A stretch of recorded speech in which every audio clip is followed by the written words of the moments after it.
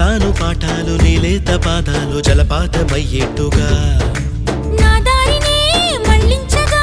నీకెందుకు అంత పంతం మంచేతిలో ఉంటే కదా ప్రేమించడం మానటం